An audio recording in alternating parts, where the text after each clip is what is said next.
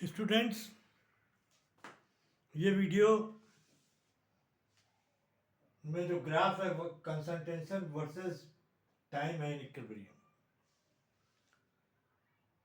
Concentration versus time है।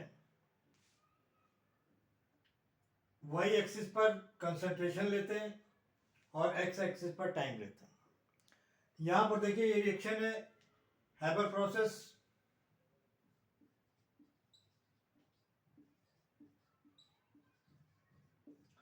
ये ammonia बनाने का इंडस्ट्रियल मेथड है। इसी से अमोनिया ज़्यादा क्वांटिटी में बनाया जाता है। तो देखिए ये नाइट्रोजन का ग्राफ है। धीरे धीरे धीरे धीरे करके देखिए कंसंट्रेशन शुरू में ज़्यादा था और धीरे धीरे करके बाद में कम होता जाता है और एक टाइम आता है, देखिए लाइन सीधी हो जाती है, मतलब कंसंट्रेशन कांस्टेंट हो जाता है। इसी तरीके से दूसरा ये हाइड्रोजन का है।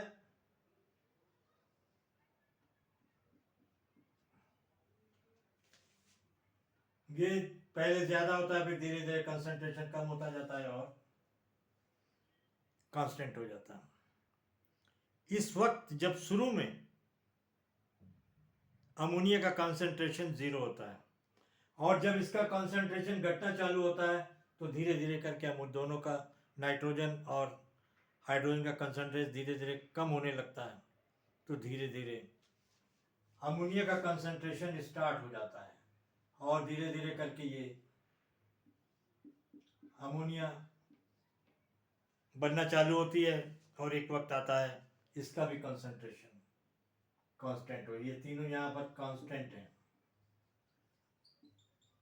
कांस्टेंट।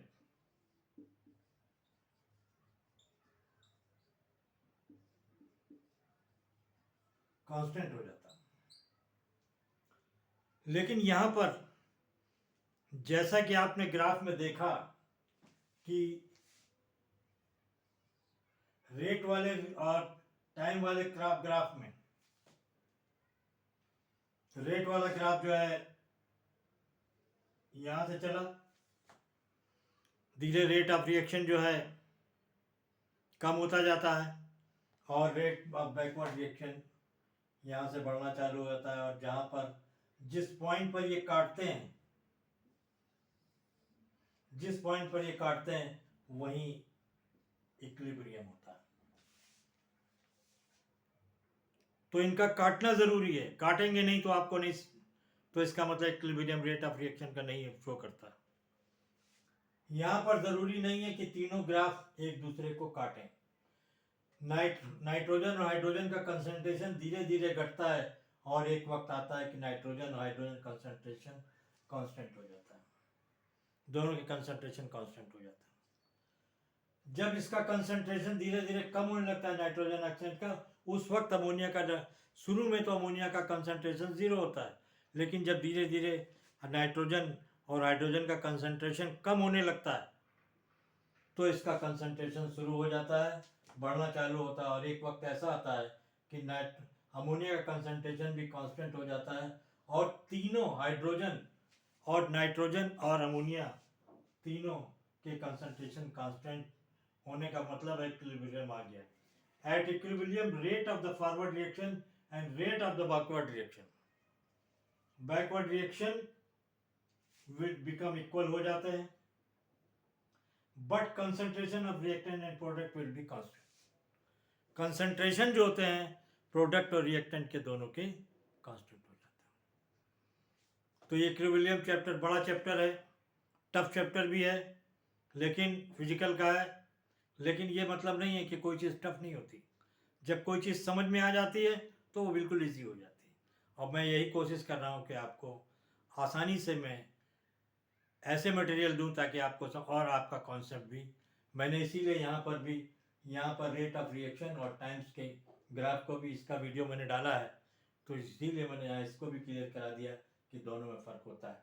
ये काट भी सकते हैं कंसंट्रेशन और क्या बोलते हैं, कंसंट्रेशन आप हाइड्रोजन नाइट्रोजन और काट भी सकते हैं, लेकिन ये ज़रूरी नहीं कि काटें। अगर नहीं काट रहे हैं तो आप ये कहेंगे कि कंसंट्रेशन इक्विलिब्रियम नहीं आया। ऐसा नहीं है। जहाँ पे कांस्टेंट हो जाए तीनों, एक दूसरे को काटें या ना काटें, लेकिन graph versus rate of reaction versus time में तो एक दूसरे को काटें। जहाँ नहीं काटेंगे इसका मतलब कि कंसंट्रेशन नहीं आया। Okay, thank you.